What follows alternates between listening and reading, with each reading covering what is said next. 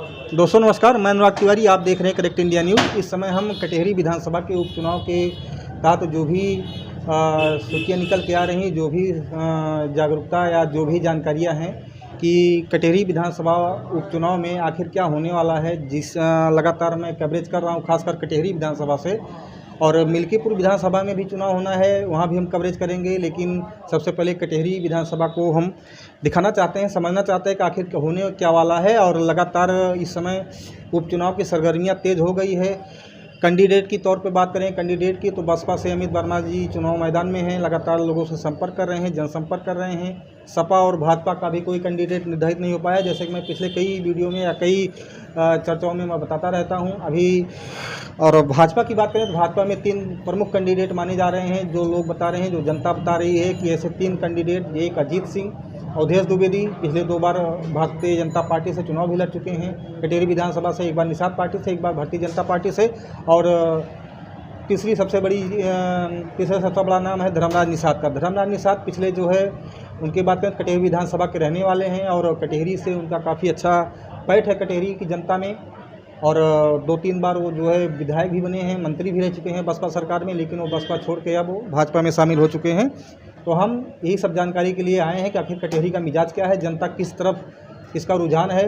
लालजी वर्मा कटेहरी विधानसभा से जो है पहले बसपा में रहते थे, तो वहाँ से विधायक रहते थे, लेकिन वो बसपा छोड़े, अब वो सपा में शामिल हुए हैं। सपा में उनको जो है लोकसभा का टिकट मिला, जो है लोकसभा जीते 2024 लोकसभा में जो है वो सांसद बने। अब एक कटेहरी विधानसभा पूरी तरीके से खाली हो चुकी है, तो कटेहरी विधानसभा में चुनाव होना है। जनता हमारे सामने बैठी है और हम इस समय मिझौड़ा क्षेत्र में हैं।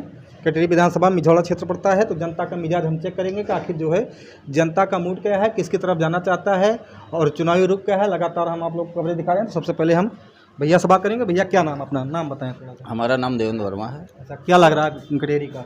भैया कटेहरी में हम लोग वैसे ऐसे वासी तो हैं नहीं। अच्छा, कहीं से आए हैं बस। तो यहाँ पे कुछ रिश्तेदारी वगैरह है? हाँ, बस ऐसे ही। तो क्या रिश्तेदारों से क्या चर्चा चलती है? चुनाव कोई चर्चा नहीं चली, एक चुनाव की सरगर्मियाँ बढ़ी हुई है यहाँ। अच्छा, तो कुछ रिश्तेदारों से क्या मतलब कुछ निकल के आता है कि नहीं, कौन किसका लहर है? डेट क्लियर होने के बाद ही पता चलेगा। अमित वर्मा तो कैंडिडेट हो गए फाइनल बसपा से ना। हाँ। अभी तो और सपा बाकी है, भाजपा बाकी है। नहीं तो क्या लग रहा है उपचुनाव में आखिर किसका पलड़ा भारी रहेगा? तब भी अब उपचुनाव तो सत्ता पक्ष का होता है।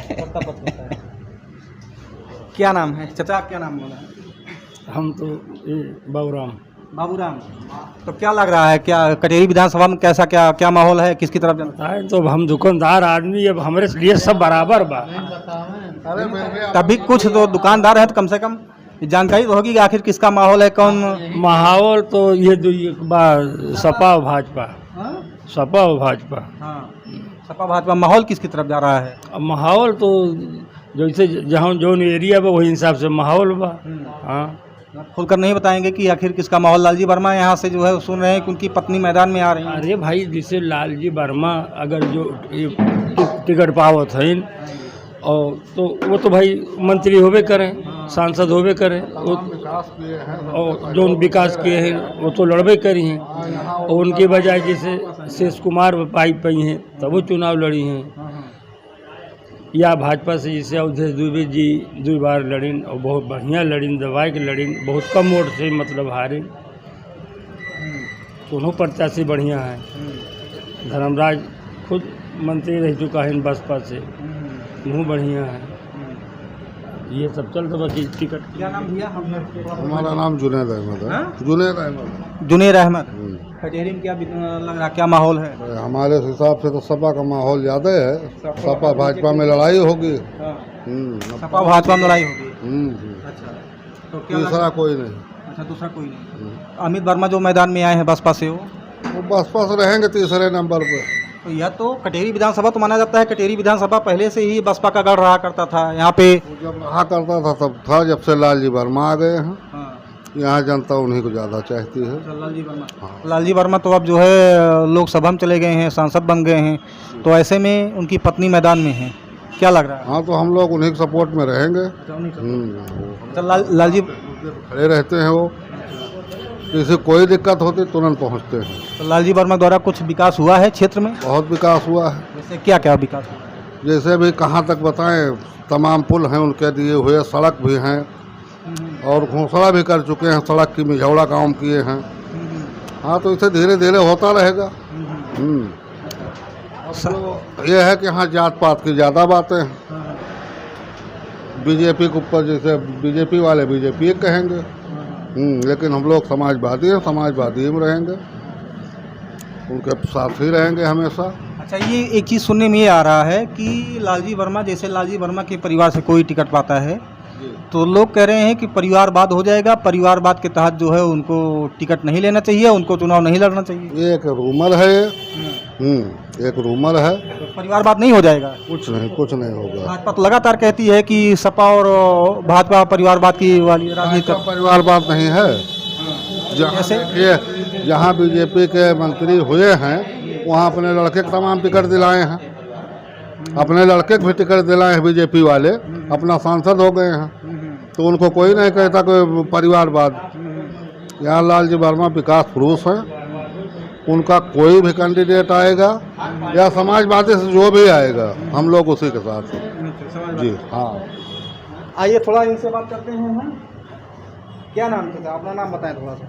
अशोक कुमार। हाँ, यही कटेरी विधानसभा में घर पड़ता है? नहीं, हम लोग बाहर के हैं। अच्छा, बाहर से? अकबरपुर विधानसभा। आज तो कटेरी बारे में जानकारी तो होगी। यहाँ अभी तो यहाँ आए ये सभी लोग।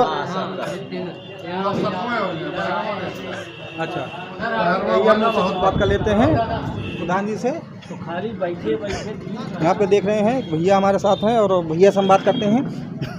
भैया क्या नाम, थोड़ा परिचय दें। हम मतलब कर्मचारी हैं। अच्छा, सरकारी कर्मचारी हमारे साथ हैं। चलिए, सरकारी कर्मचारी ठीक। हमारे साथ थोड़ा अपना परिचय दें। मेरा नाम राजन खान है। राजन खान जी। अच्छा, कटेरी विधानसभा में क्षेत्र? जी, मिझौड़ा। क्या लग रहा है, चुनावी रुख क्या है? चुनावी रुख तो अभी कुछ समझ में नहीं आ रहा है। अभी तक किसी पार्टी ने अपना प्रत्याशी डिक्लेयर नहीं किया है, और जब तक प्रत्याशी डिक्लेयर नहीं होगा तब तक अभी कुछ कह पाना मुश्किल है। तो लालजी वर्मा तो सुने हैं, लालजी वर्मा के परिवार से उनकी पत्नी आ रही मैदान में।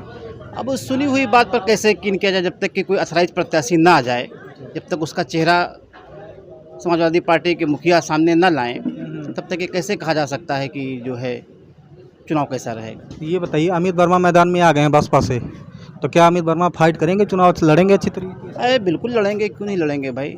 बसपा का जो मूल वोटर है वो कुछ हद तक तो उनके साथ है ही।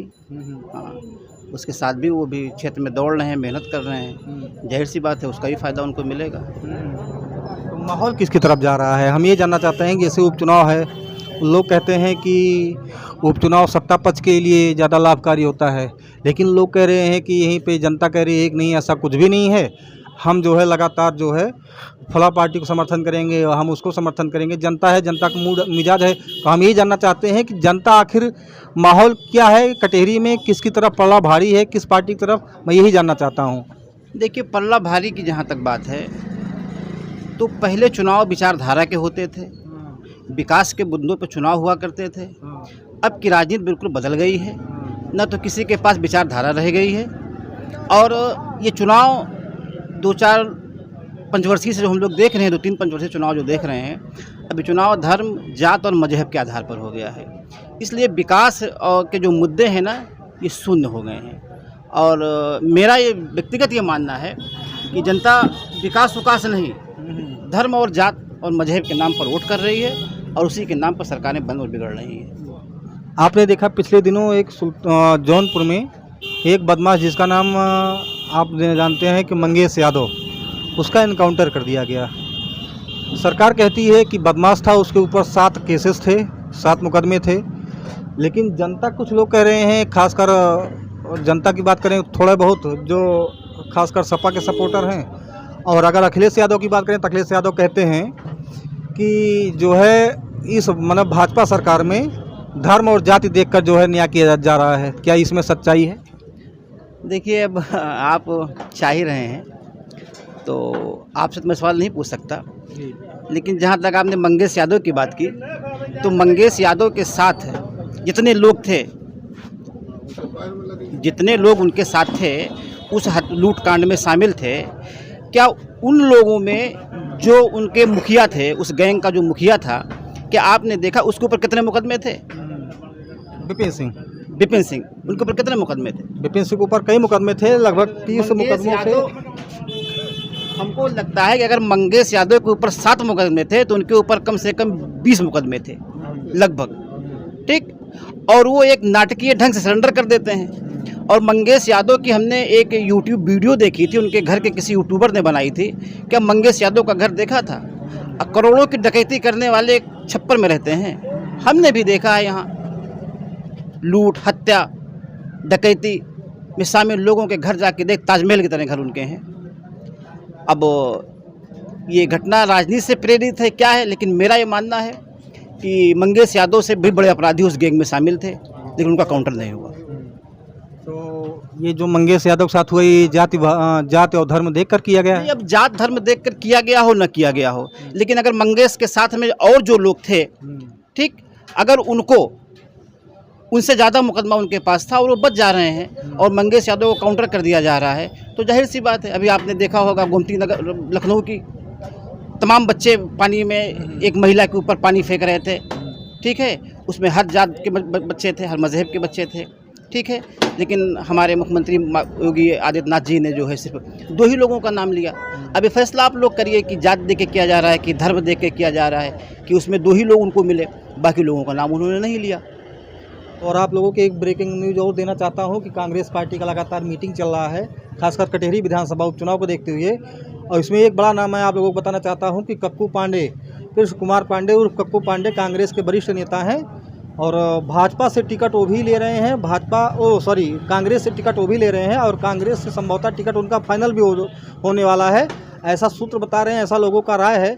और लगातार कांग्रेस पार्टी लगातार कटेहरी विधानसभा में जो है लगातार मीटिंग चल रही है। अभी आने वाले समय में और सुनने में भी आ रहा है कि कांग्रेस पार्टी के उच्च स्तरीय नेता भी कटेहरी विधानसभा में रैली करने वाले हैं, एक जनसभा करने वाले हैं। और कृष्ण कुमार पांडे उर्फ कक्कू पांडे कांग्रेस के वरिष्ठ नेता हैं, उनका भी टिकट फाइनल होने वाला है। ऐसे में जो है मामला थोड़ा सा फंस जाएगा, क्योंकि कृष्ण कुमार पांडे उर्फ कक्कू पांडे बड़े नेता हैं। अगर मान लीजिए वो मैदान में आते हैं तो फिर माहौल क्या होगा कटेहरी का?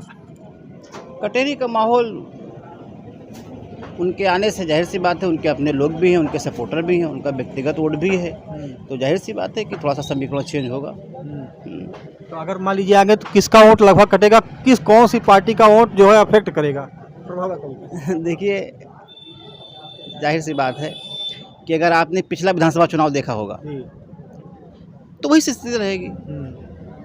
भाई पिछला चुनाव माननीय पवन पांडे जी ने यहाँ से लड़ा था विधानसभा का, प्रतीक पांडे उनके जो लड़के हैं उन्होंने चुनाव लड़ा था, लालजी वर्मा लड़े थे समाजवादी पार्टी से, अवधेश द्विवेदी जी लड़े थे भाजपा और निषाद राज पार्टी से मिल करके। मान लीजिए समीकरण लमसम वही रहेगा फिर। अच्छा, मान लीजिए विधानसभा बनेगी, अगर कांग्रेस पार्टी यहाँ से आती है, कांग्रेस पार्टी से टिकट फाइनल होता है कक्कू पांडे का, कृष्ण कुमार पांडे का, और कहीं सपा समर्थन कर देती है कांग्रेस पार्टी को, तब समीकरण क्या रहेगा कटेहरी विधानसभा का? देखिए, कांग्रेस का तो परंपरागत वोट है नहीं कटेहरी विधानसभा है, तो गठबंधन है, गठबंधन की राजनीति चल रही है। देखिए, जब प्रत्याशी उनका था, आपने देखा विधानसभा में अनीस खां प्रत्याशी थे, 2000 वोट पाए थे पूरी विधानसभा में। तो उस समय गठबंधन नहीं था, कांग्रेस सिंगल पर्सन लड़ रही थी यहाँ पे। अब अगर मतलब गठबंधन के तहत जिस तरीके से आप लोग लोकसभा में देखा, और अभी भी गठबंधन टूटा नहीं, लगातार गठबंधन चल रहा है। सीट पे जो है अखिलेश यादव का और कांग्रेस पार्टी के उच्च स्तरीय नेताओं की लगातार बैठक चल रही है। ऐसे में अगर कक्कू पांडे या कृष्ण कुमार पांडे के जो है टिकट फाइनल होता है और सपा समर्थन करती है, तब माहौल क्या रहेगा कटेहरी? मैं ये जानना नहीं, आप ये बताइए कि मैं चुनाव लड़ करके ज़्यादा वोट ले लूँगा कि किसी का समर्थन ज़्यादा वोट दिलवा दूंगा? वो तो जनता तय करेगी, हम थोड़ी बता सकते। हाँ, तो ऐसा नहीं है। जो कांग्रेस पार्टी या मैं ही खुद कह रहा हूँ, मैं चुनाव लड़ जाऊँ तो जितना वोट मैं लड़ करके ले लूँगा, ये संभव नहीं है कि मैं किसी का समर्थन करके उतना वोट उसको दिलवा दूंगा। अच्छा, फाइनल सवाल मेरा ये है कि 2014 से पहले जो पार्टी यानी कांग्रेस पार्टी सत्ता में थी, 2014 बाद जो है भाजपा सत्ता में आई, अगर कांग्रेस और भाजपा में जो है कंपेयर किया जाए तो कौन सी पार्टी अच्छी बड़ी रही सत्ता के लिए, जनता के लिए, इस विकास के लिए? दोनों पार्टियों में कंपेयर किया जाए विकास के लिए तो कौन पार्टी अच्छी रही? भाई आप कर्मचारी से सवाल पूछिए तो कर्मचारी नाराज़ है, महंगाई चरम सीमा पे है, व्यापारी नाराज़ है, ठीक है। आप ही देख रहे हैं आज महंगाई कहाँ पर है। तो अगर देखा जाए तो कांग्रेस का कार्यकाल बेहतर था। भाजपा से। ये था कटेरी विधानसभा का हाल। जैसे हमने बताया, कटेरी विधानसभा मिझौड़ा से हम जो है लगातार चुनावी कवरेज कर रहे हैं और जनता का वो रुख है, जनता ने अपना फैसला सुना दिया है। आने वाले समय में जिसे भाजपा और सपा से कैंडिडेट फाइनल होंगे उसके भी बाद मैं बताऊंगा कि आखिर तब माहौल क्या रहेगा कटेरी विधानसभा का। अभी जब फाइनल नहीं हुआ तब तो मैं बता ही रहा हूँ जनता किस तरफ जा रही है और कैसा माहौल निकल के आ रहा। लालजी वर्मा से लोग बता रहे हैं लालजी वर्मा की वाइफ जो है मैदान में आ सकती हैं। ऐसे में उस समय जो है जनता का फैसला क्या होगा और जनता का मिजाज क्या होगा। हालांकि अमित वर्मा मैदान में आ ही गए हैं, भाजपा से भी कोई कैंडिडेट फाइनल नहीं हुआ है। फिर मिलते हैं, तब तक के लिए जय हिंद, जय भारत, नमस्कार।